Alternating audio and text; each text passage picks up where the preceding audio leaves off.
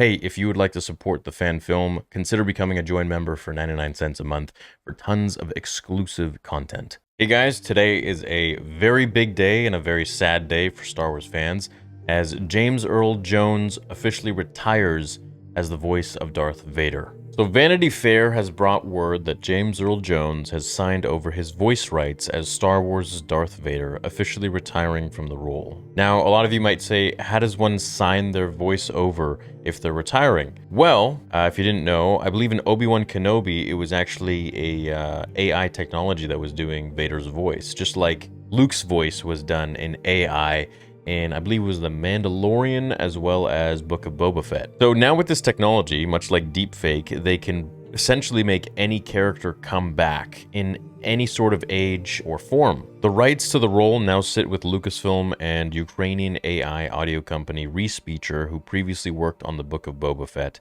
and Obi-Wan Kenobi. Despite his retirement from the role, both studios still reportedly discuss their plans for Vader with Jones and heed his advice on how to stay on the right course. And this, of course, is something super important because the voice of Vader is more than just having this very sweet, deep baritone voice that James Earl Jones has. There's a very special cadence to it, which, just like the way he walks, there's a very special way in which David Prowse would walk, which I don't feel they've kept the same in Rogue One and Kenobi. However, the voice has been pretty on point, of course, with Rogue One actually being James Earl Jones' voice.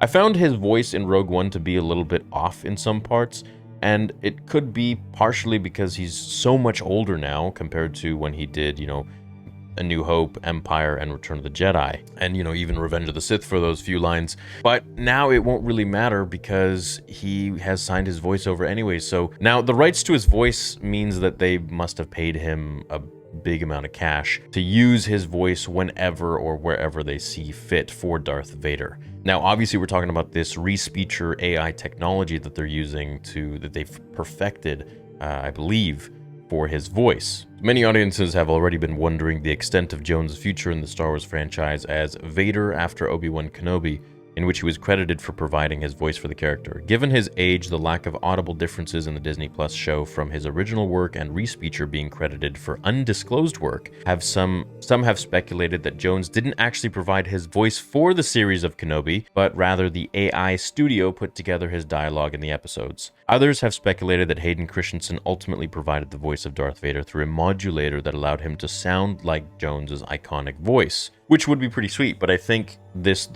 there was the Respeecher technology used. Though the new deal doesn't give any specific answers for these questions, it should come as bittersweet news for the franchise fans to learn of James Earl Jones officially retiring as Star Wars Darth Vader. However, with the note that the Oscar winner is still kept in the know for plans for the character. It does appear that the Sith Lord's time is nowhere near at an end in the franchise, an idea already speculated with Hayden Christensen's reported return in Ahsoka. In the meantime, audiences can celebrate Jones' time in the role with the Star Wars franchise, available to stream on Disney+.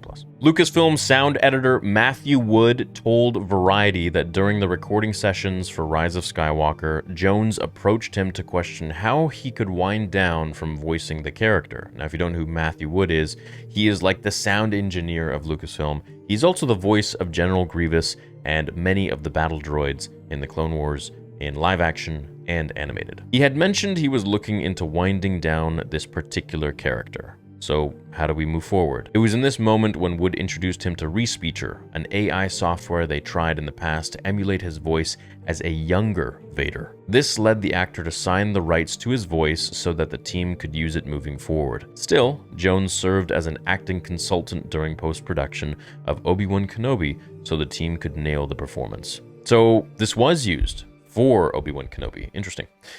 What are your thoughts about this? Can Vader be the same now that James Earl Jones is not directly voicing him? So let me tell you my only concerns. And first of all, I want to give a very happy send-off to James Earl Jones for his retirement. He has obviously a very unique voice as Mufasa, as Darth Vader, and many more. And he's definitely put in his time. Now, I believe he's like 90 years old or something like that. And I'm pretty sure he just wants to chill out. And, he doesn't want to be like Clint Eastwood, who's still like acting in heavy roles and all this stuff. So obviously he is the most iconic character in the world. He has voiced literally the coolest character in cinema history for over 40 years.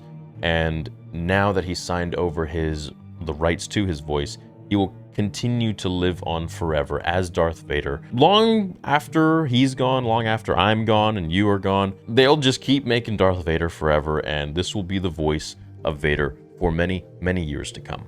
So my only concern with this going forwards is how they actually will incorporate this re-speecher technology. I mean, in Obi-Wan Kenobi, it sounded fine. But then, you know, there are those moments where it does sound a little bit odd, not for Darth Vader specifically because he's more of a robot, his voice is, but with Luke in the Book of Boba Fett, there were certain moments where it was like, it kind of sounded like a synthesized, like something was just off, something was mechanical, something was fake.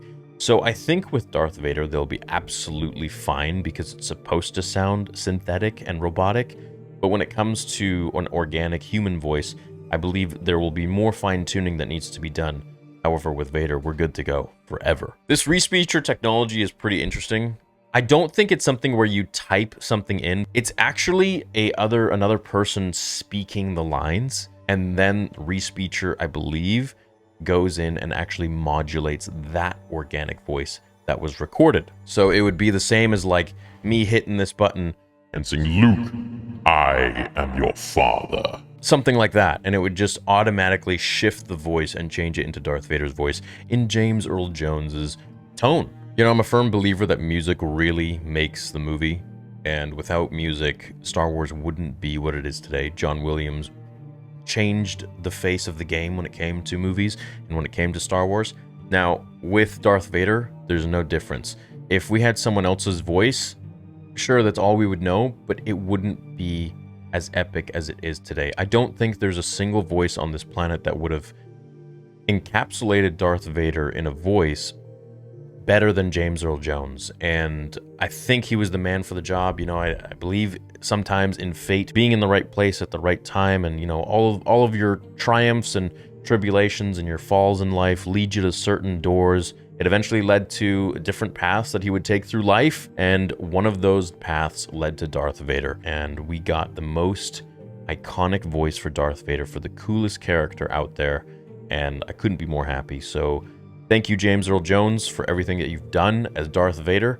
I will cherish the autographed poster that I have of you, the picture that I have of you. So here it is. This is something that I hold as a very prized possession. This is signed by both Dave Prowse and James Earl Jones, and I got this many years ago. And it means more now than it ever did, because our boy isn't going to be doing Vader organically anymore. It's now all going to be synthetic. It's going to be the real deal. It's going to be actually synthetic, just like Vader's voice is. If you didn't know, Anakin's voice in the suit is actually reduced to a whisper.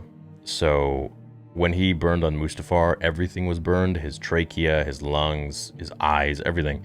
And his voice box was completely destroyed. So when he speaks, there's a tube that actually goes down his throat and serves as a voice box, and has like a microphone in it where it synthesizes his voice. So really, he's actually like this.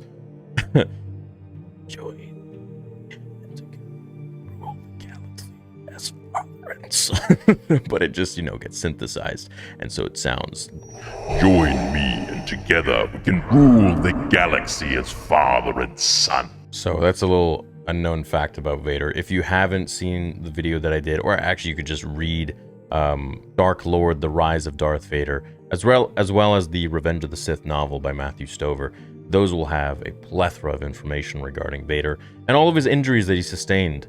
So I also did a few videos in the, a few thousand videos in the past regarding Vader's injuries. So if you want to check that out, all of Vader's injuries, it's a video I did a while ago, like 5 years ago. And it's a pretty popular one. There's a lot of good information from it. It comes from those books. So check those out if you want. Thank you, James Earl Jones. Thank you, everyone, for watching this video. And yeah, everyone show him some love in the comments or on his social media.